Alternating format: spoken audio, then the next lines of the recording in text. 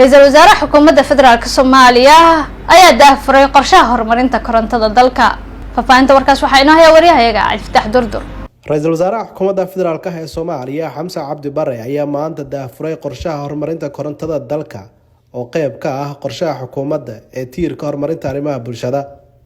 barnaamijkan horumarinta korontada dalka oo ku bixaysa lacag dhan 150 milyan oo doolarka Mareykanka ah ayna fulinayso wasaaradda korontada iyo biyaha oo kaashanaysa bankiga adduunka ayaa waxaa la filayaa inuu socon doono muddo 5 sano ah, waxaana la qorsheeyay in 11 magaalo oo ka mid ah dalka laga hirgeliyo koronto gelin loogu sameyn doono goobaha waxbarashada iyo caafimaadka ee dhammaan gobolada dalka.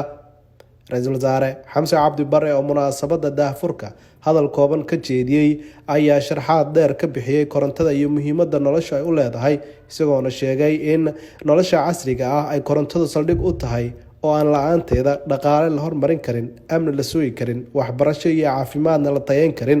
sidaas darteed ay laga maarmaan tahay in la helo tamar casri ah oo dadkeena siisa fursad ay dunida kula jaan qaado, ayuu yiri.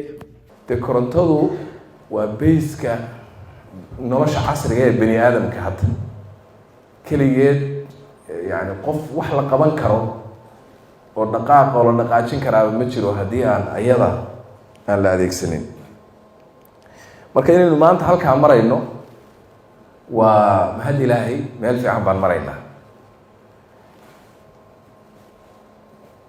markaad sector kasta aragto oo sectorada dowladda ka mid ah institutionska, wuxuu soo gaaray meel macquul ah oo aan dhihi karno waan soo noqonay oo meel fiican baan maraynaa.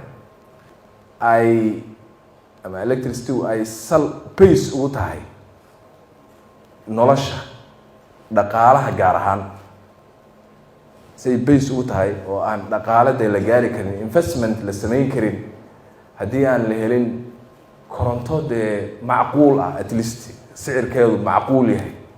haddaan la helin nabadgelyaduna waxay base ugu tahay wax oo dhanba, gebigaba korontaan hirgeli karin waxba ma samaysmi karto.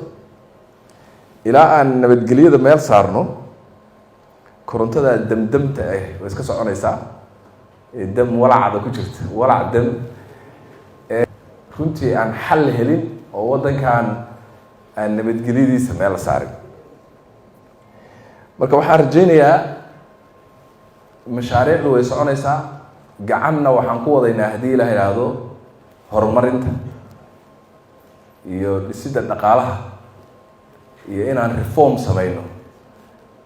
waa ta bidixda taas, ta midigtaa waxaan ku qabanaynaa security-ga iyo inaan cadowga la dirirnaan midigta ku qabanayna.